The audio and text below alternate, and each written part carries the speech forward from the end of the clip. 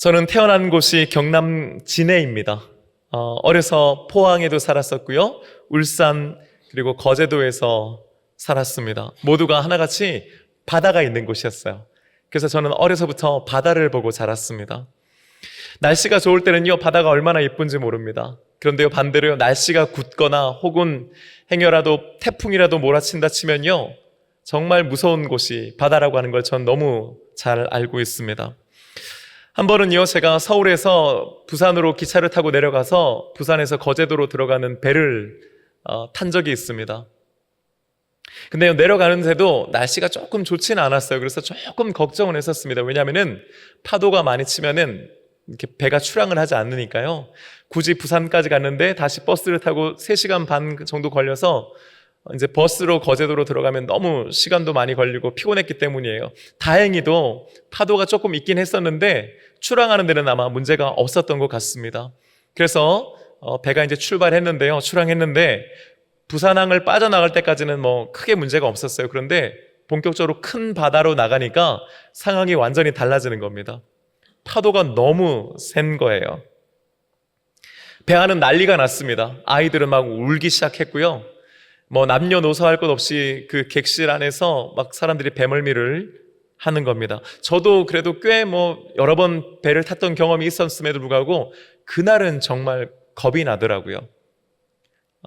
제 옆에 중년 아주머니께서 앉아 계셨는데요. 연신 처음에는 그냥 아이고 아버지 하시다가 점점 이게 힘들어지시니까 제 팔을 꼭 붙잡으시면서 군인 아저씨 나 좀 살려달라고 그러시더라고요. 근데 여러분, 저는 그럴 수가 없었던 게 저도 죽을 것 같았거든요. 근데 이제 제가 그때나 지금이나 좀 긴장하거나 하면 배가 아파요, 저는. 그래서 그날도 제가 화장실을 가려고 갔더니 문을 딱 열었는데 그 화장실 안에서 말끔하게 정복을 차려입은 중년 아저씨가 이렇게 손을 닦고 계시는 거예요. 근데 얼핏 보니까 그 이름표에 보니까 선장이라고 이렇게 딱 쓰여 있더라고요. 그래서 아, 이분이 선장이시구나 했는데 동시에 제 마음 가운데 들었던 생각은 뭐였냐면은 선장이 지금 여기 왜 있지? 이런 뜻이요. 이런 생각이 들었어요. 물론 뭐 개인적인 용무 때문에 오신 거겠지만은 왜 그런 거 있잖아요. 지금 파도가 이렇게 치고 있고 객실은 지금 엉망이 되어 있는데 선장이 뭔가 좀 자신의 자리를 탁 지키고 있어야 되는 것 아닌가? 뭐지? 이런 생각이 이제 좀 들었던 거죠. 그게 제 표정에서 이렇게 나타났나 봐요.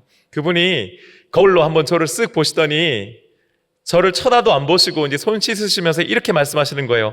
걱정하지 마이소, 괜찮습니다.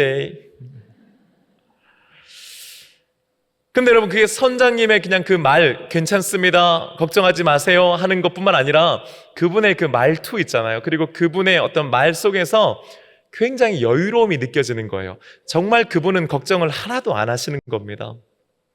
그런데 놀랍게도요, 다른 사람이 얘기했으면 안 그랬을 텐데 선장님이 그렇게 얘기하니까 제 마음 가운데 순간 걱정이 좀 사라지더라고요. 그래서 제가 제자리로 돌아와가지고 제 옆에 계신 그 아주머니한테 아주머니 걱정하지 마세요, 괜찮을 거랍니다 그랬더니 그분이 누가 그러더냐고 저한테 얘기를 하는 거예요. 그래서 화장실에서 방금 전에 선장님을 만나고 왔는데 선장님이 그렇게 말하더라 그랬던 기억이 있습니다. 그리고 다행스럽게도 안전하게 목적지인 거제도에 도착했던 적이 있습니다. 오늘 말씀 보면은 예수님께서 제자들과 함께 갈릴리 바다를 건너가십니다. 23절 말씀 보니까요, 배에 오르심에 제자들이 따랐더니 라고 기록하고 있어요. 누가 먼저 오르신 거예요? 예수님이 먼저 오르신 거예요. 제자들은요, 예수님이 오르시니까 사실은요, 원래대로 한다면은 제자들도 배에 올랐다, 배에 탔다 이렇게 표현해도 좋을 것 같은데 마태복음은 특별히 이들이 제자들이었다라고 하는 것, 그리고 제자는 어떤 사람이냐, 바로 주님을 따르는 사람이라고 하는 걸 강조하기 위해서 예수님은 배에 오르셨고 제자들은 그 예수님을 따라갔다라고 기록하고 있는 겁니다. 그런데요, 24절에 반전이 일어나죠. 바다에 큰 놀이 일어나 배가 물결에 덮이게 되었으되. 아멘. 여러분, 갈릴리 바다는요, 예나 지금이나 좀 그 기상이 계속해서 변하는 변덕스러운 바다라고 합니다. 뭐 우리가 이미 알고 있지만 사실은 실제로 바다는 아니지요. 내륙에 있으니까 큰 호수인데 이스라엘 백성들은요, 그 고대 히브리어에 보면은 호수라고 하는 단어 자체가 없었다고 그래요. 그래서 그냥 그걸 통상 다 바다라고 불렀습니다. 그런데 여러분, 이 관리 호수는요, 지형적인 영향 때문에 위쪽에서 아래로 내리꽂는 강한 바람이, 돌풍이 부는 그런 구조라고 그래요. 그래서 지금도요, 자주 폭풍이 불곤 한다고 합니다. 생각해 보세요. 그들이 처음에 출발했을 때만 해도 바다는 잔잔했을 겁니다. 근데 문제는 뭡니까? 중간쯤 갔는데 갑자기 예상하지 못했던 풍랑이 일기 시작하는 거예요. 제자들 중에서는 이미 그 갈릴리 지역에서 나고 자라서 심지어 어부였던 사람들도 있었다는 거 여러분 알고 계시죠? 나름 그 갈릴리 바다에서 잔뼈가 굵은 사람들입니다. 아마 그들은요, 출항하기 전에 자신들의 경험을 바탕했을 때, 이 정도면 괜찮겠다, 오늘 뭐 별일 없겠다 하고 배를 띄웠을 겁니다. 문제는 뭡니까? 그들의 예상과는 달리 예기치 않은 돌풍을 만나게 됐다는 것이지요. 우리에게도 여러분 그런 때가 있지 않습니까?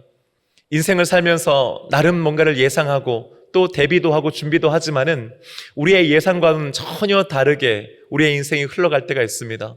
혹은 어떤 일들이, 예기치 않았던 사건과 사고들이 우리의 인생에 맞닥뜨리게 되기도 하지요. 그래서 어쩌면 나름 준비함에도 불구하고 힘들고 어려운 것이 우리의 인생살이인가 아닌가 싶습니다. 말씀을 묵상하면서 이런 생각이 문득 들었어요. 아마 여러분들도 이런 생각하지 않으셨을까 싶은데, 아니 예수님이 함께 타고 계시는데 왜 풍랑을 만날까? 오히려 예수님 함께 계신다면은 풍랑이 불더라도 잔잔해져야 되는 것 아닌가, 그런 생각 여러분 안 해보셨어요? 게다가 처음에 제가 말씀드렸듯이 배에 먼저 타신 거는 제자들이 아니고 예수님이셨어요. 그러니까 예수님께서 굳이 배에 타지 않으셨다면 제자들도 이 고생을 할 일이 없었겠지요. 우리는, 믿음의 사람들인 우리들은 믿지 않는 사람들에게 복음을 전하거나 교회로 인도하기 위해서 예수 믿으면 좋다, 예수 믿으면 복을 받는다라는 얘기를 하곤 합니다. 아마 여러분들 중에서도 그런 말들로 복음을 전하거나 전도를 하신 분들이 계실 겁니다. 예수 믿으면 복을 받습니다. 예수 믿으면 건강해집니다. 예수 믿으면 물질의 문제, 사업의 문제가 잘 됩니다. 예수 믿으면 부부관계가 좋아지고 또 가정이 회복됩니다. 이런 얘기들을 하면서 우리가 전도하지 않습니까, 여러분? 근데 여러분, 제가 여쭤볼게요. 진짜 그렇습니까? 아무도 자신 있게 대답을 못 하시네요? 여러분, 저는 정말 그렇다고 믿습니다. 제가 지금까지 목회를 하면서요, 저는 정말 예수를 믿는 것으로 인해서 자신들의 삶이 변화되는 경우를 너무나 많이 봤습니다. 예수를 믿고 기도해서 암이 낫는 분들을 봤고요, 예수 믿고 부부관계가 회복돼서 이혼 직전에 있었다가 다시금 행복한 부부 생활을 하고 또 아름다운 가정을 꾸리는 경우를 전 참 많이 봤습니다. 여러분, 예수 믿으면 복을 받는 줄로 믿습니다. 왜 이제서야 아멘 하세요? 그런데 여러분, 문제는 뭐예요? 왜 여러분 아까 전에 아멘 자신 있게 못 하셨어요? 모두가 항상 그렇지는 않다는 걸 우리가 알고 있기 때문이겠지요. 예수 믿어도요, 예기치 않는 사건과 사고를 만나고요, 예수 믿고 열심히 기도함에도 불구하고 우린 질병에 걸리기도 하고요, 또 안타까운 죽음을 맞이하기도 하지요. 예수를 믿고 열심히 믿음 생활해도 인생이 힘들고 고달픈 건 크게 다르지는 않은 것 같습니다. 때로는요, 믿음이 있고 기도함에도 불구하고 맞닥뜨리는 이 문제를 도대체 어떻게 해결해야 할지 몰라 막막하고 답답했던 적들 아마 한두 번쯤은 다 우리 모두에게 있을 거라 생각합니다. 바로 제자들이 그랬습니다. 배에 타고 있던 제자들은 어부들이라고 했지요. 출항할 때는 아무 문제 없었을 겁니다. 그런데 갑자기 풍랑이 몰아치고 큰 물결이 일어나자 제일 먼저 제자들이 당황했습니다. 아마 배를 타본 경험이 별로 없는 제자들은 특히나 더 두려워했을 겁니다. 그런데 여러분, 상대적으로 이런 생각 안 해보세요?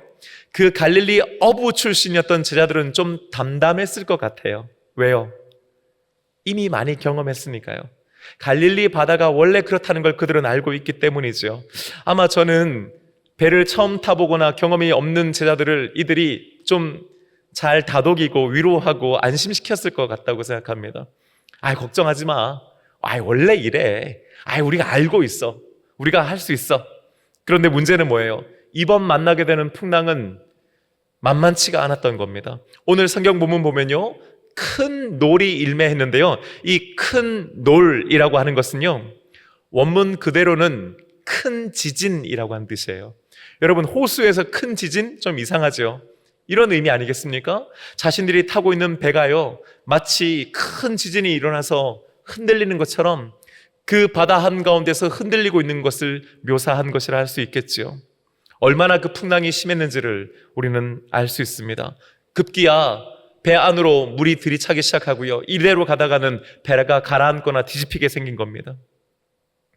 아무리 어부 출신이라고 해도 어느 순간부터 이게 손 쓸 수가 없는 거예요. 어떻게 해볼 수가 없는 겁니다. 그쯤 되면은 오히려 자신만만했던 어부 출신의 제자들이 더 당황했을 것 같아요. 왜요? 왜 이러지? 이러면 안 되는데? 오히려 알기 때문에 더 두려워하지 않았을까 하는 생각을 해봅니다. 제자들이 파도와 함께 힘겹게 싸우고 있는 그 순간, 갑자기 성경 말씀은 예수님께로 시선을 옮깁니다. 그 순간 예수님께서는 뭘 하고 계셨을까요? 오늘 24절 하반절이 이렇게 증거합니다. 예수께서는 주무시는지라. 아멘. 세상 모르고 주무셨다는 겁니다. 여러분, 우리 성도님들 중에서 지금 예배드리고 있는 여러분들 중에서도 요즘 밤에 잠자는 것 때문에 고민이신 분들 계시죠? 여러분, 우리 예수님처럼 주무시는 은혜가 있기를 축복합니다. 아멘 하시는 분들에게만 특별히 은혜가 있기를 원합니다. 더 아멘 크게 하시네요. 여러분, 어떻게 예수님은 이런 상황에서 주무실 수 있었을까요? 여러 가지로 생각해 볼 수 있지만은 우선은요, 아마 예수님께서 정말 고단하셨지 않았을까 하는 생각하는 겁니다. 하루 종일 사람들을 만나셨거든요. 여러분, 성경의 기록들을 종합해 보면은 예수님은 정말 이른 아침부터 늦은 시간까지 끊임없이 자신을 찾아오는 사람들을 다 만나 주십니다. 근데 찾아오는 사람들이 주로 어떤 사람들이에요? 몸과 마음과 영이 병들거나 아픈 사람들이에요. 도움이 필요한 사람들, 사랑이 필요한 사람들이에요. 예수님께서는 그들을 내치지 않고 모두 만나주시고 고쳐주셨다고 성경이 기록하고 있습니다. 그러니 여러분, 얼마나 피곤하셨겠어요? 오늘 이 말씀만 보더라도요, 예수님께서는 이 땅에 우리와 똑같은 인간의 모습으로, 인간으로 와서 살았다라고 하는 것을 우리는 알 수 있지요. 두 번째 이유는요, 아마 예수님께서 하나님을 전적으로 신뢰했기 때문이라고 저는 생각합니다. 구약 성경에서 특별히 잠이라고 하는 건요, 예수님을 신뢰하는 사람들에게 주시는 하나님의 선물이라고 기록하고 있거든요. 여러분, 시편 3편 5절에 보면요, 다윗이 이렇게 고백하고 있습니다. 우리 함께 읽어보십시다. 내가 누워 자고 깨었으니 여호와께서 나를 붙드심이로다. 아멘. 여러분, 지금 시편 3편에 보면요, 이때가 언제냐면은 다윗이 압살롬을 피해서 도망칠 때 노래한 시예요. 1절 말씀을 보면은 그 자신이 나를 치려고 하는 대적이 왜 이리도 많습니까? 라고 고백할 정도입니다. 사방의 적들이에요. 사방에 다 다윗을 잡아 죽이겠다고 하는 사람들밖에 없습니다. 그런데 그는 어떻게 했습니까? 누워 자고 깨었으니. 그런데요, 한글 성경 보면 누웠다, 잤다, 깼다 이렇게 되죠. 근데 히브리어 원문을 보면 이 구절이 굉장히 재밌어요. 어떤 말이냐면요, 쉽게 말하면 우리로 치면은 나는 한번 잠들면 아침 될 때까지 푹 잡니다 이런 뜻이에요. 중간에 안 깬다는 뜻이에요. 여러분, 우리가 스트레스를 받거나 마음이 힘들면요, 불안하면요, 자다가도 자주 깨잖아요. 그죠? 다윗은 안 그랬다는 거예요. 중간에 안 깨고 푹 잤다. 여러분, 어떻게 이럴 수 있을까요? 나를 치려고 하는 대적들이 이렇게 사방에 많은데, 심지어 내 아들도 나를 죽이려고 달려드는데, 이유는 한 가지입니다. 여호와께서 나를 붙드심이기 때문인 줄로 믿습니다. 그 믿음이 그에게 있었던 거예요. 상황은 어려워요. 하지만 여전히 하나님은 나와 함께 하시고 나를 지키신다고 하는 믿음이 그에게 있었기 때문에 그는 한번 잠들면 아침에 일어나 깰 때까지 푹 잘 수 있었던 것인 줄로 믿습니다. 다시 한번 제가 말씀드려요. 여러분, 만약에 지금 마음에 어떤 불안함과 스트레스, 염려 때문에 자꾸 깨시는 분들, 잠 못 이루시는 분들은 바로 예수님처럼, 다윗처럼 잠들게 되시기를 주님의 이름으로 축복합니다. 끝으로요, 예수님께서 하나님의 아들이셨기 때문입니다. 무슨 말입니까? 하나님과 똑같은 힘과 능력과 권위를 예수님은 가지고 계시던 분이기 때문입니다. 그러니까 그분은 그 어떤 것도 두려워하실 필요가 없었던 것이죠. 여러분, 우리는 왜 자다가도 자그만 소리에도 깨곤 하잖아요. 혹은 잠자리가 조금만 불편해도 우리는 잠드는데 어렵지 않습니까? 특별히요, 낮에 어떤 사람과 만났던 일, 혹은 어떤 일이나 사건 때문에 그것이 내 마음속에 콱 박히면요, 그것 때문에라도 잠들지 못할 때가 있습니다. 하지만 예수님께서는 그 어떤 사람보다도, 그 어떤 사물보다도, 그 어떤 사건보다도 더 크신 분이신 줄로 믿습니다. 더 강하신 분이십니다. 이후에도 나오지만은 바람과 파도를 명하여 복종케 하시는 분이 바로 우리 주님이신 줄로 믿습니다. 그러니까 주님은요, 그 어떤 것에 방해받지 않고 마음의 평안함을 유지하실 수 있었던 것이겠지요. 이런 세 가지 이유 때문에 아마 예수님께서는 그런 와중에도 편안히 주무실 수 있었던 것 같습니다. 그런데 반대로 입장을 바꿔서 제자들의 입장은 어떨까요?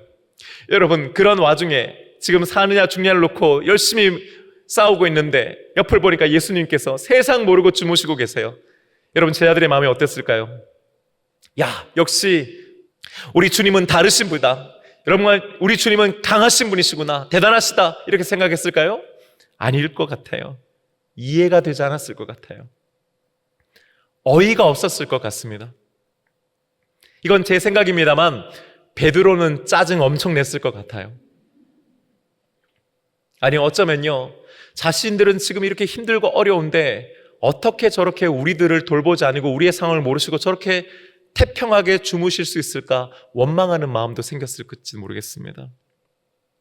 왜 저러실 수 있지? 어떻게 저러시지? 왜 안 도와주시지? 왜 아무것도 안 하시지? 그런데 여러분, 어디서 많이 듣던 말 아닙니까? 어디서 우리가 많이 했던 말 아니에요? 우리도 우리 인생 가운데 우리가 감당할 수 없는 풍랑이 몰아치면요, 그 안에서 어떻게든 그 문제를 해결해 보려고 애를 쓰지요. 갑자기 심하게 몸이 아플 때가 있습니다. 부부 사이에 크게 다툴 때도 있지요. 자녀들이 속을 썩일 때도 있고요. 재정의 문제나 가게나 사업장의 문제로 인해서, 직장의 문제로 인해서 잠 못 드는 밤들이 있지 않습니까? 우리 인생에 큰 풍랑이 찾아온 날 말이에요. 나름대로 애써서 이걸 해보려고 하지만 안 될 때 우리는 기도합니다. 그런데 여러분, 기도하면서도 왠지 우리 마음 한구석에 왜 하나님께서 빨리 응답해 주시지 않지? 왜 한번 힘있게 도와주시지 않지? 하는 생각 여러분 해본 적 없으세요? 나는 이렇게 뭐라도 해보려고 하는데 오히려 점점 더 어두운 터널 안으로 들어가는 것 같은 절망감을 느낄 때에 하나님은 너무 멀리 계신 것 같이 느껴질 때가 여러분 있지 않습니까? 마치 오늘 본문의 제자들과 예수님의 모습처럼 어떻게든 살려고 몸부림치는 우리들에 비해서 모른 척 주무시고 계시는 것 같은 주님을 볼 때에 원망스러운 생각 여러분 해보신 적 없으십니까? 어떻게 이러시지? 왜 안 도와주시지? 왜 응답해 주시지 않지? 날 사랑하지 않으시는 건가? 아니, 안 계신 건 아닌가? 그런데 여러분, 여기서 반드시 우리가 기억해야 하는 것이 있습니다. 그것은 제자들이 주님을 바라보기 시작했다고 하는 것입니다. 그 전까지는요, 어떻게든 자신들의 힘으로 해결해 보려고 했었습니다. 자신들의 지식과 경험과 기술을, 노련함을 의지했지요. 하지만 해결할 수가 없는 겁니다. 배에 물이 차고 금방이라도 배가 뒤집힐 것 같은 위기에 빠졌습니다. 그런데 그제서야 그들이 예수님을 바라봅니다. 예수님께로 시선을 돌리는 것입니다. 예수님을 찾았습니다. 그리고 의지하기 시작했습니다. 25절 말씀 함께 읽어보십시다. 그 제자들이 나와 깨우며 이르되 주여 구원하소서, 우리가 죽겠나이다. 아멘.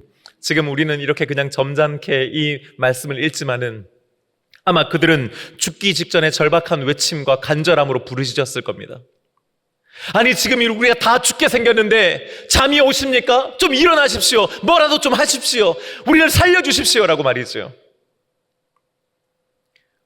우리는 왜 예수님께서 처음부터 좀 일어나 계시거나 혹은 빨리 일어나셔서 이들을 돕지 않으셨는지를 알 수는 없습니다. 우리는 이들이 왜 이런 어려움을 당했는지는 알 수 없어요. 우리는 힘들고 어려운 일이 생길 때마다 왜 이런 일이 나에게 일어났는지를 묻곤 합니다. 하지만 여러분, 성경에서는요, 왜 그 일이 일어났는지에 대해서는 얘기하지 않지만은 그 순간 그 자리에 주님께서 함께 계셨다고 말씀하고 있는 줄로 믿습니다. 그들이 마침내 예수님을 깨웁니다. 도움을 청한 겁니다. 예수님께서 깨어나셨습니다. 그리고 이렇게 말씀하십니다. 26절 상반절의 말씀입니다. 예수께서 이르시되 어찌하여 무서워하느냐 믿음이 적은 자들아 하시고 아멘. 제자들은 무서워하였습니다. 여러분 누구라도 그렇지 않겠습니까? 하지만 예수님께서는요 저들이 무서워했던 것을 믿음 없는 것과 연결시키고 계십니다. 여러분 무서워하는 것, 두려워하는 것은요 믿음이 없기 때문이라는 것입니다. 바꿔 말하면요 믿음이 있으면요 우리에게 믿음이 있으면 우리는 두려워하지 않고 무서워하지 않게 된다고 말씀하고 계시는 겁니다. 사랑하는 여러분, 성경을 보십시오. 성경에는 계속해서 반복적으로 두려워하지 말라, 무서워하지 말라고 우리에게 말씀하고 있습니다. 여러분, 그 말은요 단순히 부정적인 생각을 하지 말고 긍정적으로 생각하라고 하는 얘기가 아닙니다.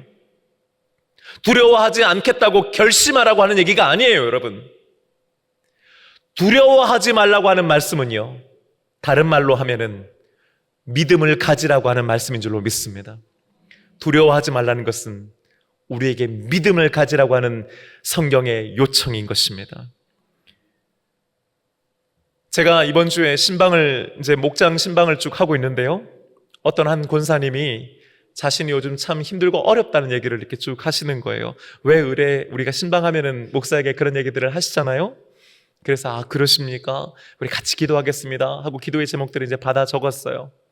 그렇게 이제 다른 분들과 함께 신방을 잘 마쳤는데 권사님께서 마지막에 저한테 너무나 애틋한 마음으로 이렇게 표정으로 보시면서 사실은 목사님 더 있어요.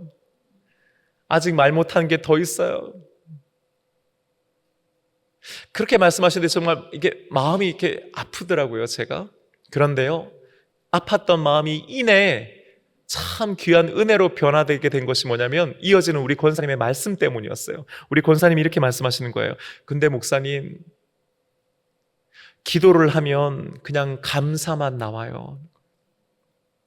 왜 그런지를 모르겠어요. 제가 좀 이상하지 않아요? 이렇게 얘기하시더라고요. 여러분, 그 권사님이 이상한 겁니까? 아직 죽을 만큼 힘들지 않아서 뭘 몰라서 지금 그러는 겁니까? 사태 파악이 지금 안 되고 있는 겁니까? 아니지요. 믿음이 있기 때문인 줄로 믿습니다. 힘이 들고 어려워요. 여러분, 그 문제를 생각하면 한숨이 나오고 눈물이 납니다. 실제로 권사님이 그 얘기를 하시면서 눈물을 연신 닦으셨어요.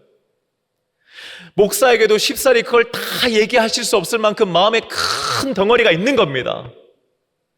그런데요, 앉아 기도하는데 감사의 기도가 나오는 거예요. 문제가 작아서가 아닙니다. 문제가 안 돼서가 아니에요. 여전히 그건 문제예요. 어려움이에요. 하지만 믿음이 있기 때문인 줄로 믿습니다. 믿음이 그 문제보다 강하기 때문입니다. 믿음이 그 문제보다 크면 두려워하지 않고 오히려 힘들고 어려운 가운데서도 감사할 수 있게 되는 것인 줄로 믿습니다. 사랑하는 여러분, 저와 여러분에게 이 믿음이 있기를 주님의 이름으로 축복합니다. 두려움을 이기는 믿음이에요. 무서움을 이기는 믿음이에요. 더 기도할 수 있는 믿음이 우리에게 필요한 것이지요. 여기서 우리가 짚고 넘어가야 되는 것이 있습니다. 예수님께서는 제자들의 믿음이 작다고 나무라셨습니다. 어쩌보면 여러분, 제자들에게 얼마나 민망한 상황입니까? 제자들은 예수님과 가장 가까이 있던 사람들이었습니다. 예수님의 말씀을 가장 가까이에서 들었고 예수님께서 행하시는 기적을 가장 가까이에서 봤던 사람들입니다. 그렇다면 이제는 믿음이 강해질 만도 하고 클 만도 한데 여전히 예수님 보시기에 그들의 믿음이 너무 작았던 겁니다. 그들이 부끄럽지 않았겠습니까? 하지만 여러분, 결론적으로요, 그들에게 적은 믿음이나 있었기 때문에 그들이 살게 된 것인 줄로 믿습니다. 예수님은 나무라셨지만은 그들이 가지고 있던 그 적은 믿음 때문에도, 그 작은 믿음으로도 역사하신 줄로 믿습니다. 그 작은 믿음이라고 하는 게 다른 거 아닙니다. 예수님에 대한 믿음입니다. 예수님이 우리와 함께 하시면 예수님은 이 문제를 해결해 주실 수 있다고 하는 믿음인 줄로 믿습니다. 예수님께서 함께 하시면 우리가 산다라고 하는 믿음이 있었기 때문인 줄로 믿습니다. 제가 신방하다 보면요, 우리 성도님들께 믿음 생활 언제부터 하셨냐고 여쭤봅니다. 그리고 우리 교회 생활도, 우리 교회에서도 얼마나 계셨는지를 여쭤봐요. 그러면요, 뭐 대답이 다양하죠. 물론 짧게 계신 분들도 있지만은 많은 분들이 10년, 20년, 30년 계셨다고 하는 말씀들을 하세요. 그런데 덧붙여서 이런 말씀들을 하십니다. 근데 목사님, 믿음이 여전히 너무 작아요. 겨우 교회만 다니고 있어요. 그러면서 부끄러워하세요. 그것을 안타까워하시고요. 여러분, 저는 우리 동성교회 모든 성도들의 믿음이 크게 되시기를 주님의 이름으로 축복합니다. 우리의 믿음이 커야 합니다, 여러분. 하지만 지금 내가 가지고 있는 그 작은 믿음도 주님께서 귀하게 쓰시는 줄로 믿습니다. 우리의 믿음은 자라가야 합니다. 하지만 여러분, 지금 내가 믿음을 가지고 있음에도 우리는 감사해야 합니다. 이 작은 믿음도 예수님을 향한 분명한 믿음일 때에 이 믿음이 우리의 삶에서 역사하게 되는 줄로 믿습니다. 이 믿음이 있으면 우리는 주님을 부르게 되는 것입니다. 주님을 깨우게 되는 것입니다. 주님을 의지하게 되는 줄로 믿습니다. 그러면 주님께서는 그 작은 믿음 보시고도 역사해 주시는 주님이신 줄로 믿습니다. 제자들의 작은 믿음을 꾸짖으시는 것으로 예수님 끝나지 않으십니다. 책망만 하고 계시지는 않았습니다. 26절 하반절의 말씀 보니까 곧 일어나사 바람과 바다를 꾸짖으시니 아주 잔잔하게 되거늘. 할렐루야. 곧 일어나셨어요. 바로 역사하시는 겁니다. 바람과 바다를 꾸짖으셨고요. 마가복음에 보면 특별히 잠잠하라고 명령하셨다고 기록하고 있습니다. 여러분, 우리들 중에 그 누구가 내 인생 가운데 일어난 그 풍랑을 향해서, 그 문제와 어려움을 향해서 명령할 수 있습니까? 사라지라고, 없어지라고, 잠잠하라고, 그만 그치라고 누가 명령할 수 있습니까? 오직 예수님만이 하실 수 있는 줄로 믿습니다. 제자들은 어부였고 그 바다를 잘 아는 사람들이었습니다. 그 상황을 이해하고 있었고 어떻게 해야 되는지도 알고 있었습니다. 하지만 그들의 힘을 넘어선 문제 앞에서 그들은 무기력했습니다. 할 수 있는 것이 없었습니다. 하지만 끝내 그들은 맞은편 자신들의 목적지로 안전하게 도착하게 됩니다. 그것은 그들의 노련함이나 기술과 경험 때문이 아니었습니다. 예수님께서 그 배에 타고 계셨기 때문인 줄로 믿습니다. 예수님께서 저들과 함께 하여 주셨고 그들의 그 작은 믿음을 보시고도 역사해 주셨기 때문인 줄로 믿습니다. 사랑하는 여러분, 오늘 이 말씀은요, 그 현장에 있었던 사람들의 놀라운 감탄과 또 근본적인 질문으로 끝나게 됩니다. 27절 말씀 함께 읽어보십시다. 그 사람들이 놀랍게 여겨 이르되 이가 어떠한 사람이기에 바람과 바다도 순종하는가 하더라. 아멘. 아멘. 도대체 이분이 어떤 분이시냐는 거예요. 도대체 이분이 어떤 분이시냐? 도대체 어떤 분이시길래 이것까지 가능하냐고 묻고 있는 겁니다. 여러분, 오늘 이 아침 이 질문에 대해서 여러분은 뭐라고 대답하시겠습니까? 그분은, 이는 예수 그리스도, 바람과 바다뿐만 아니라 온 우주 만물을 다스리시는 하나님의 아들이요, 저와 여러분이 믿고 있는 주님이신 줄로 믿습니다. 이 믿음이 우리 가운데 있어야 하는 것이죠. 여러분, 지금 인생이 어떻습니까? 하루하루 한 주를 어떻게 보내고 계십니까? 순탄하게 잘 가고 계십니까? 앞을 향해 쭉쭉쭉 나아가고 계십니까? 아니면요, 거센 풍랑을 만나서 도무지 앞으로 나가지는 않고 그 자리에서 맴돌거나 혹은 언제라도 침몰할지 몰라 두려워하고 계십니까? 여러분, 기억하십시다. 주님께서 우리 인생의 배에 함께 타고 계십니다. 우리는 결코 혼자가 아닙니다.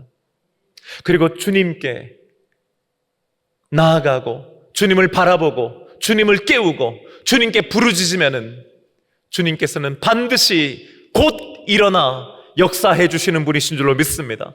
우리를 도와주시는 분이신 줄로 믿습니다. 우리의 작은 믿음을 책망하신다 하더라도 그 책망하신 것으로 아무것도 하지 않는 분이 아니라 오히려 그 작은 믿음이 큰 믿음이 될 수 있도록 우리를 격려해 주시고 도와주시는 분, 바로 그분이신 줄로 믿습니다. 사랑하는 여러분, 여러분의 인생의 배에 지금 예수님께서 타고 계십니다. 주님은 지금도 우리와 함께 하십니다. 우리를 도와주십니다. 우리가 이것을 굳게 믿고 이번 한 주간을 살아갈 때에 우리 안에 있는 두려움과 무서움은 사라지게 될 것이고, 마침내 반대편 내가 가고자 했던 그 목적지, 내 꿈과 그 비전과 소원을 안전하게 이루게 되는 귀한 은혜를, 복을 받게 될 줄로 믿습니다. 이 복을 받는 저와 여러분 되시기를 주님의 이름으로 축복합니다. 이제 우리 다 함께 자리에서 일어나셔서요, 찬송가 406장 고난 내 영혼 편히 쉴 곳과. 여러분, 후렴 부분에 이런 가사가 있습니다. 주의 영원하신 팔 함께 하사 항상 나를 붙드시니 어느 곳에 가든지 요동하지 않으면. 여러분, 그냥 잔잔하기 때문에, 아무런 문제가 없기 때문에, 우리의 인생이 그냥 편안하기 때문이 아닙니다. 우리의 인생은 언제든지 풍랑이 일부치고 바다가 들이치고 물이 몰아칩니다. 하지만 요동하지 않습니다. 왜입니까? 주님의 팔이 우리를 붙들고 계시기 때문인 줄로 믿습니다. 오늘 주신 말씀과 이 찬양 부를 때 여러분, 이번 한 주간 나와 함께 하시는 주님, 내 인생의 배에서 함께 타고 계시는 주님 만나는 귀한 은혜가 있게 되기를 원합니다.